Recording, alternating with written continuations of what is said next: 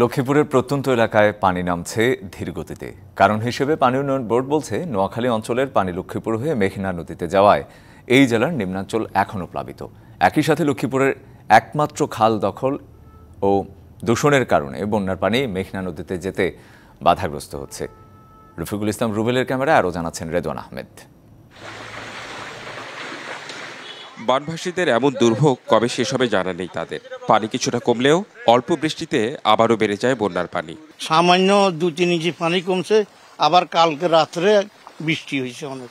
ও যেটা কমে আবার বৃষ্টি হলে আবার ওইটা বাড়ি যায়, কোন রকম জীবনযাপন করিয়ে। লক্ষ্মীপুরের প্রত্যন্ত এলাকার মানুষের জীবন অনেকটা স্থবির হলেও জীবনকে গতিময় করতে চেষ্টার শেষ নেই। দীর্ঘ 12 দিন পরে আমি দোকানে আসছি। আমার দোকানের অনেক মাল সাবানা পানিতে ভিজে নষ্ট হয়ে গেছে। আর ঘরে বসে কদিন যাবে, এভাবে তো জীবন জীবিকা চলবে না। বাইরে থেকে বাইরে যেতে পারি না, ভাত রাঁধতে খাইতে পারি না, এমন সমস্যার মধ্যে আটকেছি, নামাজ পড়তে যাইতে পারি না। কি যে করতাম, মরণের অবস্থা হয়ে গেছে। বন্যার কারণ ব্যাখ্যা করলেন পানি উন্নয়ন বোর্ডের নির্বাহী প্রকৌশলী নাহিদুজ্জামান।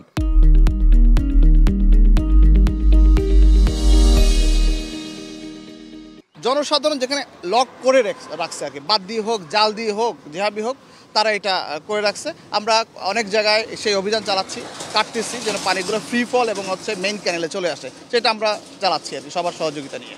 লক্ষ্মীপুরের খাল ও নদী খনন না করার জন্য বন্যার পানি ধীর গতিতে নামছে বলে মনে করেন এই প্রকৌশলী। বুলা নদী কখনোই এটা খনন করা হয়নি, ওইটা খননটাও জরুরি, সেটা আমরা অলরেডি স্টেপ নিয়েছি। স্টাডির প্রেক্ষিতে যে রিকমেন্ডেশন আসবে, রিকমেন্ডেশনের প্রেক্ষিতে আমরা সে খননের উদ্যোগ নিব।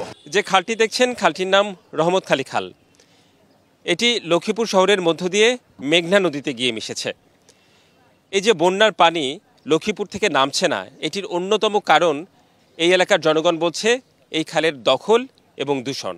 কিছু দোকানে দিয়ে খালের দিকে ঠেলে আনছে, আবার বাসা বাড়ি যাদের আছে তারাও কিছু আবার খালের দিকে গেছে। এই কারণে খালটা অনেকটা ভরাট হয়ে গেছে, এই কারণে পানি দ্রুত নামতে পারতেছে না। জবরদখল থেকে যদি উচ্ছেদ করা যায়, তাদেরকে উচ্ছেদ করা যায়, তাহলে বন্যা পানিগুলো সহজে নামে যেত। লক্ষ্মীপুরের শহর বা গ্রাম যেখানেই হোক না কেন, অপরিকল্পিতভাবে কোনো কিছু করে না উঠলে বন্যায় এমন পরিস্থিতি তৈরি হবে না বলে মনে করেন এই জেলার বাসিন্দারা। Redwan Ahmed, DBC news, Lakshmipur.